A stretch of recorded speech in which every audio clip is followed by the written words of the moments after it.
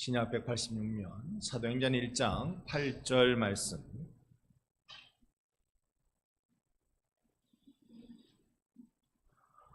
(1장 8절) 찾으신 줄 알고요. 우리 한 목소리로 같이 읽습니다. 오직 성령이 너희에게 임하시면 너희가 권능을 받고 예루살렘과 온 유대와 사마리아와 땅끝까지 이르러 내 증인이 되리라 하시니라. 아멘. 아멘. 우리 부흥의 역사를 잠깐 좀 살펴보려고 합니다. 세 번째 시간인데요. 여러분, 첫 번째 시간은 우리가 1907년 평양 부흥, 그거 우리 잠시 살펴봤어요. 그 다음에 두 번째 시간에는 좀 우리의 혀가 좀 꼬불랑꼬불랑 얘기하기가 좀 어려웠는데 진젠도르프라는 그 한 사람에 대해서 한번 살펴봤습니다. 진젠도르프는 독일 사람인데 그 사람을 빼놓고 이 세계 선교 역사를 이야기할 수는 없어요. 그래서 거의 출발점이다라고 얘기할 수 있을 정도로 그 사람 중요했기 때문에 말씀드립니다. 오늘은 여러분이 좀 잘 알고 있는 사람, 요한 웨슬레. 어떻게 발음하는 건지 맞는 건지는 모르겠습니다만 우리한테는 웨슬레로 많이 알려져 있죠. 요한 웨슬레에 대해서 여러분과 잠깐 이야기해 보도록 하겠습니다. 부흥의 역사 세 번째 시간입니다. 이 웨슬레라는 사람은 영국 사람이었습니다. 화면 한번 보여주시면 누구 닮은 듯 하기도 하고, 그죠? 웨슬레라는 사람, 이분에 대한 이야기를 오늘 잠깐 좀 여러분과 해 나가도록 그렇게 하겠습니다.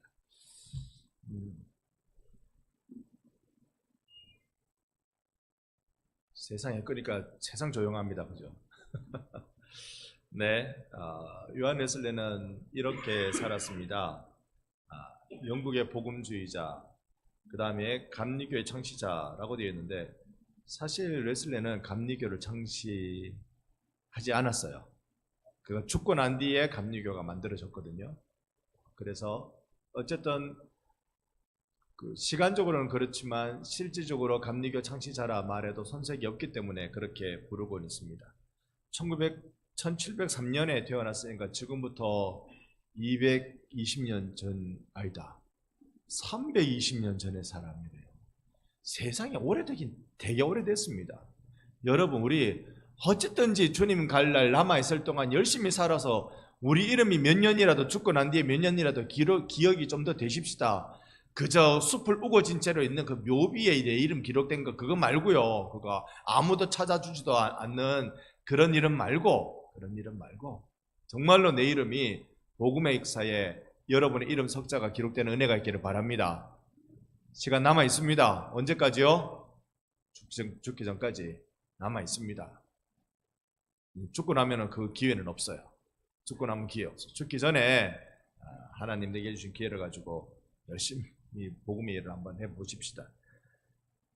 1703년에 태어났는데 20년에 대학에 들어갔어요. 영국에서 제일 유명하다는데 몇 살에 대학 들어간 거예요? 17살에. 천재네.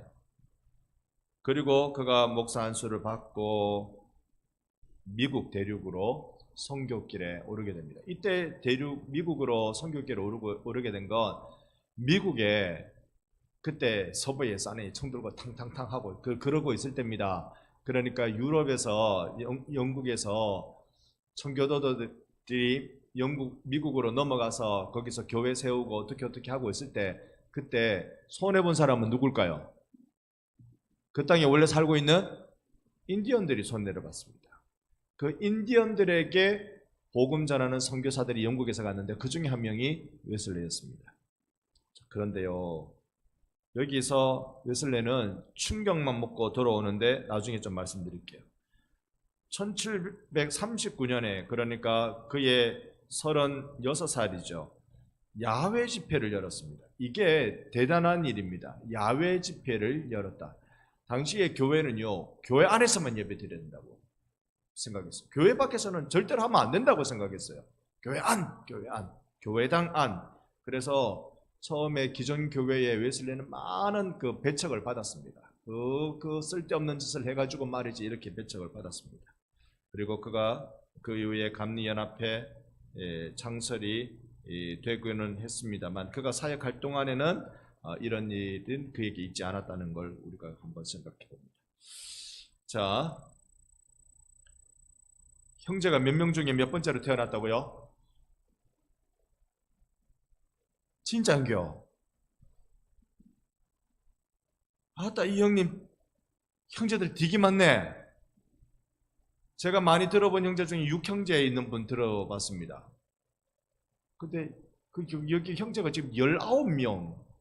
어머니가 수잔다인데요. 아버지가 목사님이에요. 목사님인데 애를 19명이나 낳았네. 이 아버지한테 부인이 또 있다는 얘기 없었거든요. 그러니까 이 어머니는 소위 가임 연령일 때 계속 애를 놓은 거 아니면 이렇게 안 낳아줘요. 그죠? 19년 동안이나 애를 낳았으면 그냥 가임 연령 기간 동안 계속 애를 놓은 거예요. 그래, 애가 많이 나오나 내가 많이 지쳐나면 누가 이기나 해보자. 그래가지고 계속 애를 낳았는데 15번째 태어난 이가 웨슬레였습니다. 존, 원래 웨슬레는 성이고 이름은 존, 우리나라 말로 요한이 그때 태어났습니다. 그의 나이 6살 때요, 아버지 서대실에, 우리로 치면 당일실에 그거 놀고 있다가 불이 났어. 불이 나가지고 죽을 뻔했는데 억지로 구해져서 살아나왔습니다. 그 아버지 목사님이 너는 불 속에서 건져낸 나무 토막이다, 그렇게 말을 했었습니다. 이게 성경에 나오는 이야기입니다. 잠깐 성경 한번 읽어볼까요? 스가랴 3장 2절 시작.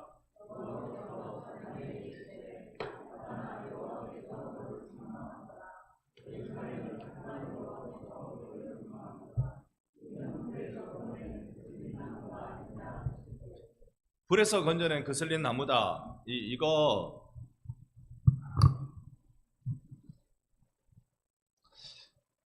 스가랴 시대 때 스가랴 선지자가 제일 중요하게 여겼던 사명이 뭔지 여러분 혹시 아세요?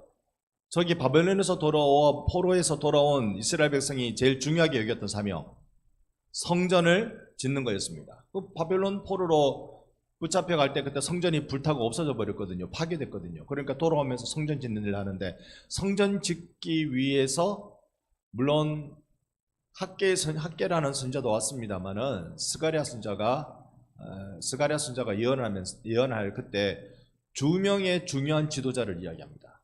한 명은 제사장으로서 온 사람이, 여러분 이름 혹시 아세요? 여호수아 제사장이 지도자로 오게 되고, 그 다음에 정치 지도자로 또 누가 와요? 누가 옵니다? 스룹바벨이 옵니다. 자, 스룹바벨은 혈통을 따져보면 다윗 왕가의 혈통이에요.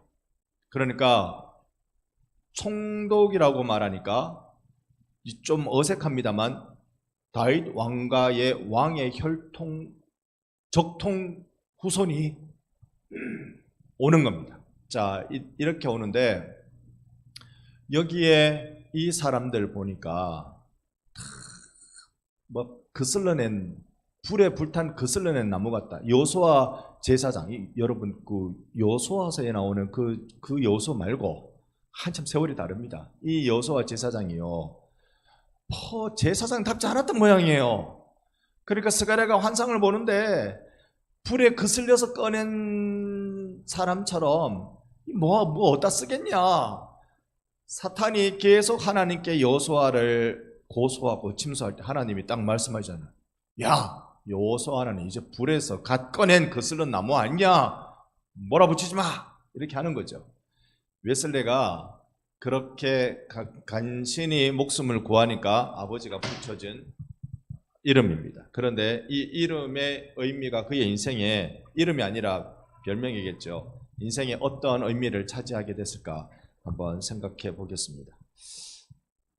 그가 주요하게 읽은 책들은 교부들의 책이라는 건데요, 교부들은 2세기, 3세기, 그러니까 지금부터 2000년 전쯤, 1800년 전쯤에 2세기, 3세기 그 교회의 지도자들을 주로 이야기합니다. 교부는 교회 아버지란 말입니다. 이들이 쓴 책 중에 중세시대 때 또 쓴 책도 있는데요, 이 웨슬레가 참 제일 많이 읽었던 책, 유명한 책 하나 있습니다. 여러분 혹시 토마스 아 캠피스라는 사람이 지은 책이 있는데요, 혹시 책 보신 적이 있는지? 그렇죠, 장로님. 그리스도를 본받아. 이 책입니다. 이 책은요, 여러분 서재에 딱 꼽혀 있으면 좋겠어요. 혹시 안 읽더라도 우리한테 책은 읽기 위해서가 아니라 서재 빈자리를 채우기 위해서 필요한 거잖아요. 그런데 고급스러운 책입니다. 교부들 책 중에 제일 많이 읽혀진 책이라고 저는 그렇게 생각합니다. 그리스도를 본받아라는 책을 여러분 딱 꼽아두고 있으면 좋겠습니다. 이 웨슬레는 어릴 적부터 계속 아버지가 목사님이었으니 독서에 그냥 크게 배움이 있었어요. 계속 읽고 또 읽고 그런 사람이에요. 제일 많이 감동받은 게 이 그리스도를 본받아라는 책입니다. 이런 교부들의 책을 쭉 다 읽고 난 뒤에 웨슬레가 깨달은 게 하나 있어요. 이들은, 즉 교부들은 나에게 책을 통해서 영향을 줬던 그 오래전 그리스도인들은 나에게 반족하게 기독교 신자가 된다는 것은 가능하다, 불가능하다? 불가능하다는 것을 확신시켜줬다. 여러분, 반족하게 신자가 된다는 말은 뭡니까? 반쪽짜리 신자가 된단 말이잖아요. 반쪽짜리 신자. 와, 이 반쪽짜리 신자를 어떻게 표현하면 좋을까요? 요즘 영어권에 있는 사람들은 일요일 교인이라는 말이 있습니다. Sunday Christian. 그러니까 월화수목금토는 교인이 아니고 주일만 교인인 이런 사람을 우리는 무늬만 교인이다, 그렇게 부를 수 있겠죠. 여러분, 그래도 주일은 교인 돼야 되지. 주일은 교인 돼야 되지. 자, 오늘 여러분 점심을 또 맛있게 드신 모양인데 눈을 좀 크게 뜨시고 맛있게 드신 모양인데요. 제가 스리랑카에 처음에 갔을 때 여러 팀원들을, 한국 사람들을 데리고 인도, 방글라데시 선교 여행을 갔었습니다. 갔다가 이제 인도에서 다시 돌아왔는데 비행기를 타고 당연히 왔겠죠. 돌아오는데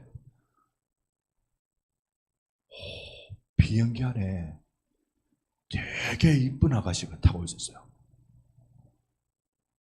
외국 아가씨. 금발머리. 진짜 예뻤어. 우리 팀원들이 다.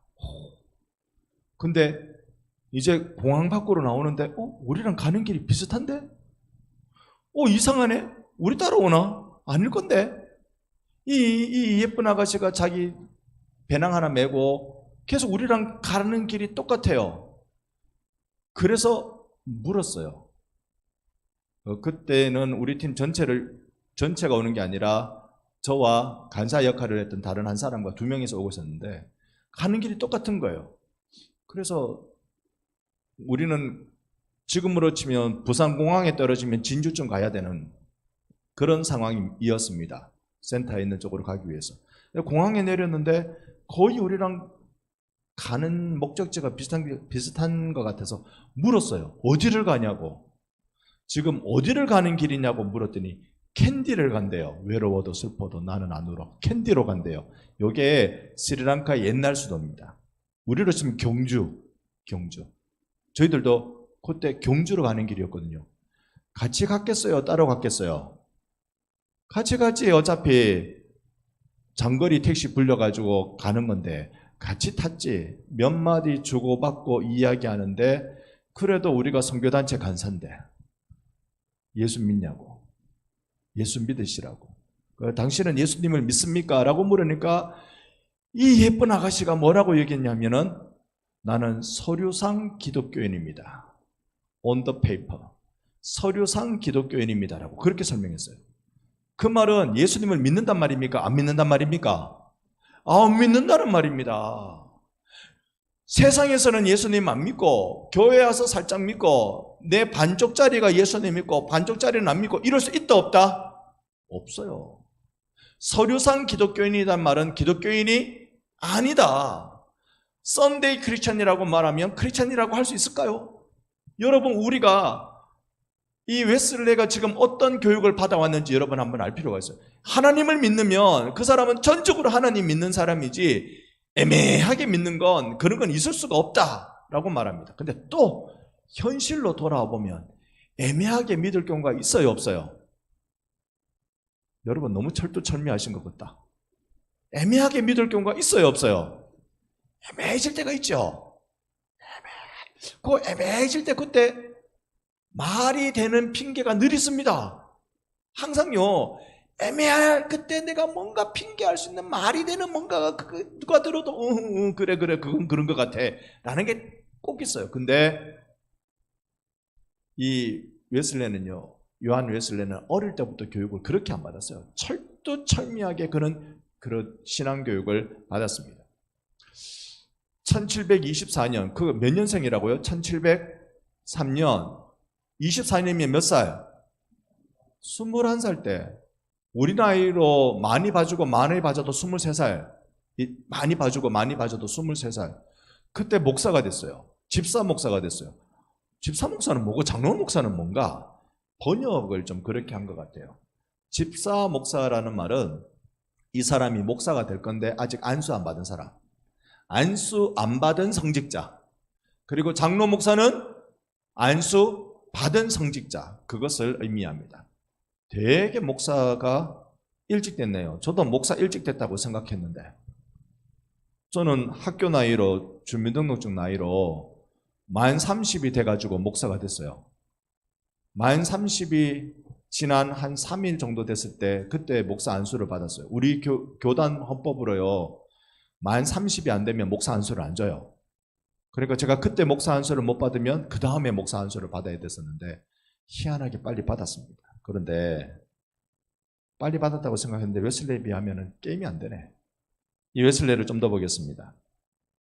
세계 3대 악처, 그러니까 악처라는 말 뜻을 여러분 잘 아시죠? 나쁜 아내. 우리가 제일 잘 알고 있는 나쁜 아내는 소크라테스잖아요. 소크라테스의 악처. 맨날 나가서 말만 하고 돈은 안 벌어온다고 얼마나 바닥바닥 끓였는지. 그리고 우리가 알고 있는 성경에 나오는 악처는 욥의 아내, 그죠? 그냥 하나님 저주하고 확 죽어버라 라고 말하는 욥의 아내. 근데 이것도 우리가 한번 생각해 볼 여지는 있어요. 욥기 앞부분에는 욥이 고난당하고 자식들이 다 죽고 아내가 도망간 것처럼 보이잖아요. 도망갔다는 표현은 없어요. 도망간 것처럼 보이잖아요. 그리고 욥기 뒷부분에 가면 새로 자식을 보고 새로 장수하고 아내와 행복하게 사는거든요. 그 아내는 누구냐? 다른 아내를 만났나? 처음에 하나님을 욕하고 죽으시오라고 말했던 그 아내일까? 구약학자들은 대부분 그 아내였다고 봅니다. 그러니까 이 아내는 지금 어떤 상황이냐 하면요, 욥이 처음부터 끝까지 고난받을 때 성경에 한 번도 등장하지 않았지만 옆에 계속 있었다고 보는 게 맞아요. 그러면 악처인가요? 아닌가요? 악처는 아니지. 악처는 아니지. 그래서 조금 잘못 본 거 아닐까? 근데 웨슬리의 아내는 악처인 건 맞아요. 이 웨슬리가 장가를 48살에 갑니다. 여러분 요즘 결혼 늦게 한다고 너무 고민하지 마세요. 48살에 장가 가는 수도 있어. 48살에 장가 갑니다. 4명의 자녀를 둔 과부랑 결혼해요. 여기서부터 뭔가 좀 이상하죠? 과부랑 결혼한다. 여러분, 이거는 웨슬리가 손해보는 장사인 것 같죠? 과부랑 결혼했다. 근데 이 과부가 몰리 바젤이라는 여인인데요. 이 몰리 바젤과 결혼하는데 이 여자는요, 의부증이 많아요. 오늘 새벽에 의처증에 관한 성경의 교훈을 같이 읽었는데, 의심의 소재, 새벽에 나오시는 분들은 알고 계실 거예요. 그런데 이 의부증이 많아. 내 남편이 저렇게 인기를 얻고 나가서 한번 설교하면 막 수만 명이 막 모이고 막 우르르 그때 수만 명이 모일 때 예쁜 여자들도 있을 텐데 막 뭐 별 생각 다 하는 거예요. 그래가지고 자기 남편한테 세상에 정당권을 붙였다는 거 아닙니까? 어쩌고 있는지 알아보고 오라고. 이런 아내가 나중에 신경과민으로 이 웨슬리를 떠납니다. 웨슬리는 자기가 이제 하나님이 쓰시는 큰 일꾼이 되고 난 뒤부터 이 아내를 가까이 만날 기회가 잘 없는 거죠. 그래서 떠났음에도 불구하고 그럼에도 이 아내와 재결합하려고 계속 노력했습니다만 그러지 못하고 평생 동안 홀로 그렇게 살게 됐던 것입니다. 이제 드디어 그가 인디안 선교로 갈 때였습니다.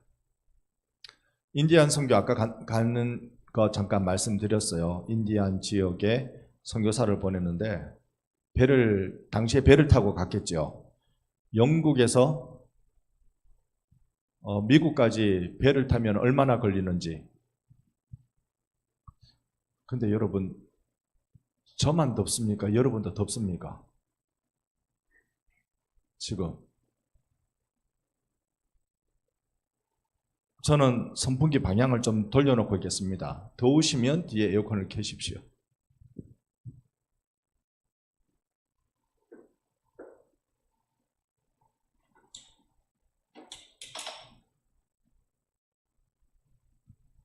제가 지금 여러분의 눈을 띄우기 위해서 머뭇거리고 있습니다. 오늘 운동 한번 하고 갑시다. 운동 한번 하고 갑시다. 자, 큰 박수 5번 시작. 하나, 둘, 셋, 넷, 다섯. 이번에는요, 한 팔을 앞으로 쭉, 오른팔을 옆구리가 아니고 팔꿈치 딱, 그 다음에 쭉 자기 어깨 방향으로 뻗습니다. 그 다음에 또 반대로, 손 반대로 쭉 돌리고. 이런 거 하면 내 어깨가 어떤지 검사가 되죠. 그 다음에 저처럼 이렇게 손바닥을 앞으로 내립니다. 다른 손으로 손가락 위를 잡고요. 손바닥을 뒤로 딱 제낍니다. 또 반대로 또 딱 제낍니다. 감사합니다. 네. 웨슬레가 미국에 선교사로 갑니다. 그가 목사가 됐을 때였어요. 그래서 배를 딱 타고 가는데 얼마나 대서양을 지나는데 배가 걸리는 시간이 얼마인지 몰라요. 근데 거기에 모라비안 교도를 만났습니다. 모라비안 교도, 지난 시간에 우리 누구 봤다고요?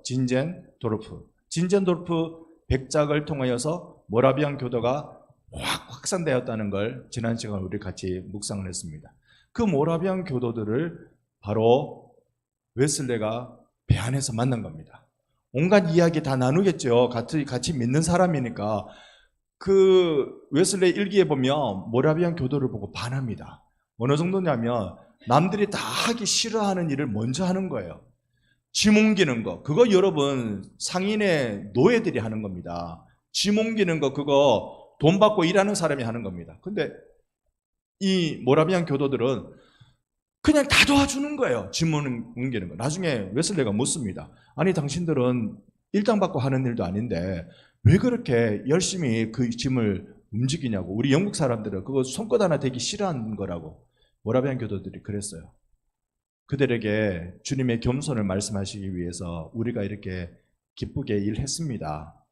그렇게 자기들은요 말씀대로 사는 것이 당연하다고 생각하고 모라비안 교도들은 그렇게 했던 거예요. 자, 이렇게 가다가 바람이 불고 풍랑이 일고 비가 내립니다. 어제 밤처럼 말입니다. 배가 난리가 났겠죠. 그런데 배 갑판 위에서는 전부 다 큰 일이 일어났다고 아우성인데 저 배 밑에서는 찬송 소리가 들리더라. 이거 몇 번 여러분께 말씀드렸습니다. 배 밑에서 찬송 소리가 들리는데 내려가 보니까 모라비안 교도들이 예배하고 있더라고요. 나중에 물어봅니다. 당신 안 무서웠습니까? 우리는 안 무서웠습니다. 아니 그래, 당신들은 어른이니까, 신앙이 있는 어른이니까 그럴 수 있다 치고 당신의 아내들과 당신들의 자녀들도 안 무서웠습니까? 우리의 아내와 우리의 자녀들도 죽음을 겁내지 않습니다 라고 얘기하더래요.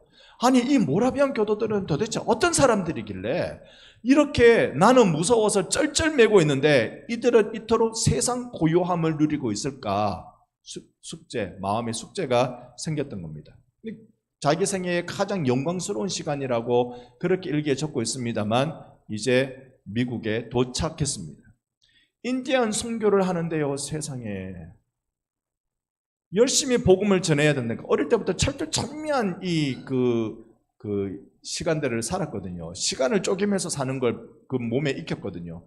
그러니까 이 인디언들에게 열심히 자기가 알고 있는 대로 복음을 전하는 일을 다 했음에도 불구하고 그의 마음에 공허함이 생겼던 겁니다. 바로 이런 거. 이날은 그의 마음에 공허함이 어떤 게 생겼느냐? 먼저 그가 배에서 그가 가졌던 하루의 일과표 잠깐 한번 보여드릴게요. 새벽 4시에 일어나서 5시까지 명상과 기도를 했습니다. 그 미국까지 갈 때 배에 일과표를 자기가 적은 거예요. 그래도 나는 새벽 기도 5시부터인데 이 사람은 4시부터 했네. 그 다음에요, 성경 읽고 7시부터 8시까지는 비었네. 뭐 할까요? 밥 먹어야지. 아침. 그 다음에 기도회, 성경 연구, 간증, 그 다음에 또 1시간은 점심 식사.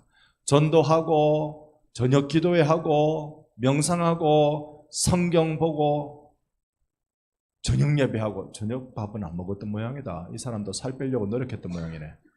7시부터 8시까지 저녁 예배하고, 설교하고.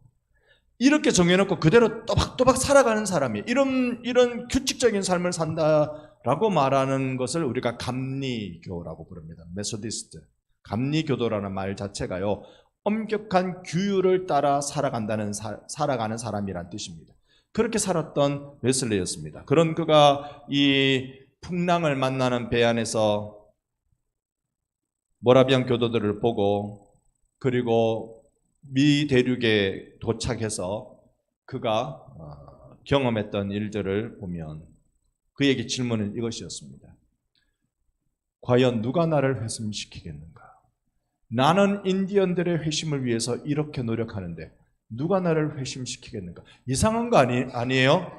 목사가 열심히 복음을 전해서 예수 믿으면 구원받습니다. 예수 믿으면 구원받습니다라고 얘기하는데 누가 나에게 예수 믿으라고 말해주겠는가? 그럼 여러분 이상하지 않으세요? 여러분 구원받아야 됩니다. 여러분 구원받으세요. 구원받으세요라고 얘기해놓고 그러면 나는 누가 나를 구원해 주겠는가? 이러고 있는 거예요. 이 사람은 지금 철저한 신앙생활이라는 거, 규율에 맞추어서 또박또박 하는 신앙생활이라는 걸 충분히 경험했지만 그 안에 뭐가 없어요? 예수가 없어요. 예수를 위해 살아가고 있는데 그 안에 누가 없어요? 예수가 없어요. 여러분 이거 이해가 되세요? 이걸 이해가 되는 분들은 주로 모태신앙인 분들이 이게 이해가 됩니다. 모태신앙인 분들은. 모태신앙은 무슨 뜻이라고요? 모든 게 태만한 신앙이. 제가 그렇다고요. 모태신앙. 못한다고 하는 모태신앙. 그리스도를 믿는 집안, 그러니까 기독교 집안에서 살아가고는 있지만 예수를 발견하지 못한 게 외국에 선교사로 가 있는 웨슬레의 마음하고 똑같다는 것입니다. 그가 돌아옵니다. 다시 영국으로 돌아와서 올더게이트라는 모든 문이란 뜻이겠죠. 올더게이트라는 경건협회, 그러니까 기도 모임에 들어옵니다. 그런데 그 기도 모임에 가니까 어느 농부였는지 광부였는지 평신도라고 불려지는 한 사람이 로마서 주석 서문을 읽고 가는 거예요. 읽어 가는 거예요. 이 로마서 주석을 누가 쓴 거냐면 마틴 루터가 이 주석을 썼습니다. 이걸 가지고 쭉 읽어가는데 마틴 루터가 주로 한 얘기는 따라합시다. 믿음으로 구원에 이른다. 믿음으로 구원에 이른다. 웨슬레는 이게 이해가 안 돼요. 왜냐? 그는 열심히 신앙의 규율을 따라 살아야 된다고 믿고 있는 사람이거든요.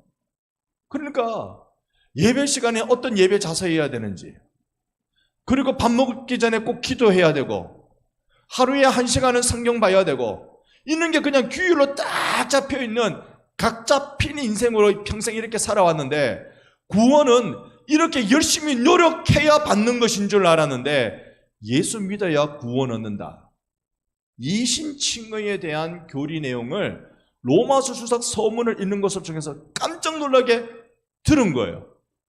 그러니까 그 다음부터 이 웨슬레는 뭐라고 말했냐면 그때서야 나는 중생을 체험했다라고 얘기했어요. 여러분, 제가 목사인데요. 아직 예수님이 누군지 잘 안 믿어져요. 십자가에 달린 예수님은 알겠는데 그 예수님이 나를 위해 죽으셨다는 건 잘 안 믿어져요. 그런데 여러분 중에 누가 예수님이 날 위해 죽으셨다고 말하는 그 간증에 제가 가슴이 뭉클해져 가지고요. 그때서야 내가 목사하고, 제가 목사가 2003년에 목사가 됐으니까 20년이 조금 지났죠. 그때서야 목사된 지 20년이 조금 지나서야 제가 중생 체험을 했어요, 여러분. 박수 칠래요? 실망할래요? 어떤 것 같아요? 지금 웨슬레가 그렇다고요. 이제서야 1733년이면 그가 1725년에 장로 목사가 됐어요. 안수받은 목사가 됐어요. 목사 되고 난 뒤 8년의 세월이 지나고 난 뒤에 그제서야 내가 중생을 체험했습니다라고 하는 거예요. 그 다음부터 웨슬레는 어떻게 하느냐면요, 옥외 설교를 하기 시작합니다. 바깥에서 설교를 하는 거예요. 이거 영국 교회에서는 있을 수 없는 일입니다. 딱 교회당 안에서 예배 드려야 되죠. 어디 밖에서 예배 드리는, 그건 있을 수도 없는 일입니다. 여러분, 예배당 안에서 모자 쓰고 있으면 됩니까, 안 됩니까? 솔직히 여러분 정서에 예배당 안에서 모자 쓰고 있으면 됩니까, 안 됩니까? 말씀하기 곤란하시죠? 목사가요, 설교 시간에 새벽기도도 아니고 설교 시간에 넥타이 딱 없이, 넥타이 매지 않은 채로 설교하면 됩니까, 안 됩니까? 여러분 정서에 목사가 설교하러 나왔는데 청바지 입고 딱 설교하면 됩니까, 안 됩니까? 여러분 정서에 미국에는 청바지 입고 설교한다 카던데, 그건 미국이지 뭐, 그죠? 그건 미국이지. 자,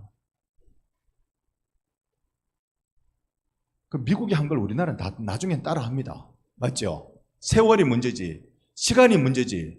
미국 하는 거 우리가 다 나중에 따라하죠. 그러면 우리도 나중에는 청바지 입고 설교하는 날이 오겠다, 그죠? 청바지 입고. 오늘 그 웨슬레를 통해서 우리가 한번 생각할 거, 웨슬레는 파격적이었어요. 이렇게 하는 건, 옥외 설교를 했다는 건 강단을 벗어나서 설교했다는 겁니다. 그래도 여러분 지금 제가 여기서 나와서 뱅글뱅글 도는 건 여러분 이해를 해주시잖아요. 이걸로 어디 목사가 강단을 비워가지고 옆에서 떼굴떼굴 뒹굴고 저러고 있냐고 그러지는 않으시잖아요. 그러지는 않으시잖아요. 당시에 교회당을 벗어나서 설교한다는 건 그 설교 아니라고 본 거예요. 전도하려면 그러고 하는 거지. 근데 웨슬레는 이럴 수밖에 없었어요. 기성교회가 받아주지 않았고요. 그 다음에 자기 설교를 들어야 되는 사람은 전부 다 밖에 있는 거예요. 광부들, 농부들, 노동자들, 빈민들, 교회에 오지 못하는 사람들, 그들에게 가서 전도하니까, 그 자리에서 광산에서 전도하니까 수만 명이 모이기 시작하는 거죠. 이게 웨슬레의 설교였습니다. 그런데 그런 놀라운 일이 언제 일어나느냐? 그가 올더게이트라는 그 경건 모임에 참여하고 거기서 믿음으로 구원받는다는 것을 깨닫고 난 뒤부터 성령이 강력하게 그에게 임하기 시작했고, 그는 이런 담대한 일을 할 수 있게 되었던 것입니다. 그는 이렇게 말합니다. 같이 읽읍시다. 전 세계는 나의 교구다. 전 세계는 나의 교구다. 교구가 뭐지요? 우리말로 바꿉시다. 따라합시다. 전 세계는 나의 구역이다. 전 세계는 나의 구역이다. 아멘. 이게 무슨 말인지 또 모르시겠습니까? 죄송합니다. 요거는 영상으로 나가면 안 될 낀데, 녹화되면 안 될 낀데, 전 세계는 내 나우바레란 깨로, 이게 딱 이 당시에는 상상도 못할 일이었어요. 나의 교구는 이 교회에 1번 교구, 2번 교구, 3번 교구 중에 나의 교구는 이거야 라고 말하는 게 당시에 모든 목사들의 동일한 생각인데, 전 세계가 나의 교구다. 근데 여기 나의 교구라고 말하는 저 영어는요, 찾아보니까 우리가 알고 있는 교구 개념이 아니고요. 강단이던데요. 나의 강단이라고. 나의 강단은 교회 안에 있는 것이 아니라 전 세계가 나의 강단이라고. 성령이 임하면요, 가슴이 뛰고 성령이 임하면 이곳저곳에서 복음을 전하는 일이 일어나기 시작했던 겁니다. 여러분, 이런 선교의 개념은요, 근세기에 왔어 있었습니다. 그전에는 이런 개념은 없었어요. 복음 전환, 나가서 외치고 이런 전도가 없었어요. 딱 진젠도르프 이후에 그 영향을 받은 이 웨슬레의 그 시간에 이런 소위 5궤 전도 집회가 그렇게 일어났던 것입니다. 오늘 우리 시대에 저는 이런 부흥이 한 번 더 일어나기를 소망합니다. 1907년의 평양의 부흥이 여전히 다시 그 바람이 우리에게 불어오기를 원합니다. 그 부흥의 역사는 어떤 것일까요? 우리가 만들어 놓은 전통에 따라서 요대로 와야 돼 라고 말하는 것이 아니라 그들의 모양과 모습으로 우리가 들어가는 일을 하는 것입니다. 중세시대 때나 그전에도 이런 선교적 개념이 있었습니다만 실패한 이유 중에 하나가요, 교회의 말을 배워서 신앙생활 하도록 만들었던 거예요. 특히 중세가 복음 전하러 갈 때 그 지역 사람들에게 라틴어를 가르쳤습니다. 그래서 그 라틴어로 예배하도록 했습니다. 그런데 개신교의 전도 전략은요, 그 나라의 말로 전도하는 거예요. 선교사들이 그 나라의 말을 배워서 그 나라의 말로 전도하는 겁니다. 이게 사도행전 2장에 나타나는 성령이 임하니까 무슨 언어로 제자들이 설교했다고요? 난곳 방언으로. 난곳 방언이라는 말은 그 지역, 내가 아프리카에서 왔으면 아프리카의 언어로, 그곳 지역의 외국어로 설교했다는 겁니다. 성령이 임하면요, 전 세계가 나의 교구입니다. 시간이 다 돼가서 이제 마쳐야 되겠습니다만, 8월 말에 또 스리랑카의 DTS 강의를 위해서 한 주간 가게 되었습니다. 거기에 가서 저는 입이 짧아서, 그거 먹는 문제인데, 하여튼 영어가 안 돼가지고 우리나라 말로 강의하고 올깁니다. 처음에 거기에 강의하러 갔을 때 꼭 영어로 강의해야 된다 그래가지고 영어로 한 주를 했는데요. 그리고 난 뒤에 제가 하나님 앞에 작정을 했습니다. 하나님은 다시는 영어로 설교 안 할 겁니다. 다시는 안 할 겁니다. 왜냐? 내가 영어로 하니까 영어로 통역해 줘야 되는 사람이 못 알아들어. 다시는 영어로 안 할 겁니다. 그래서 통역을 누가 했느냐면 란줄라 목사가 했어. 내 영어는 지가 알고 지 영어는 내가 알거든. 다시는 영어를 안 할 겁니다. 한국어로 하지만 성령이 임하면 언어의 장벽도 주님이 만지시고, 성령이 임하면 전 세계가 우리 반성교의 교구가 되고, 성령이 임하면 스리랑카의 젊은이들 가슴에 우리가 불을 지르게 되고, 성령이 임하면 이런 일이 일어나는 것입니다. 우리 반성교회 시골의 작은 교회 맞습니다. 그러나 시골의 작은 교회가 꿈을 가지는 건 제한이 없습니다. 그 꿈을 이루는 건 하나님의 몫이시고요, 그 꿈을 가지는 건 제한이 없습니다. 지난 주일 우리 설립주일 전도 축제할 때 많은 분들이 비 온다는 일기 예보 때문에 걱정하셨죠. 그래서 기도하셨죠. 우리가 그때 금요 기도회 때 기도했다니까요. 날씨는 하나님이 해결해 주셔야 될 몫입니다라고 기도했다니까요. 희한하게 덥지도 않고 딱 맞았죠. 어제 그렇게 비가 많이 쏟아졌습니다. 새벽에 나오는데도 엄청나게 비던데요. 전 여러분도 같은 마음이셨죠. 딴 데 비 다 와도요, 하나님 11시 전후로는 안 오면 좋겠습니다. 딱 11시 전후로는 안 오면 좋겠습니다. 희한하게 11시 되는 비 안 오던데, 기도를 제가 좀 잘못한 것 같아. 9시 전후도 안 와야 된다고 기도해야 되는 건데 9시 전후에는 비가 좀 왔어요. 11시 전후는 비 안 와야 됩니다. 성령이 임하면 모든 것이 성령의 주관하심으로 일이 흘러간다는 걸 우리는 봅니다. 우리 반성교회가 작은 교회지만 성령이 임하면 우리의 교구가 전 세계입니다. 이 놀라운 일을 함께 꿈꾸면서 우리에게도 성령 부어 주시옵소서. 사모하는 마음으로 신앙의 생활을 이어나가 한 주를 승리하고 오시는 여러분 되시길 예수님 이름으로 축복합니다. 아멘. 우리 함께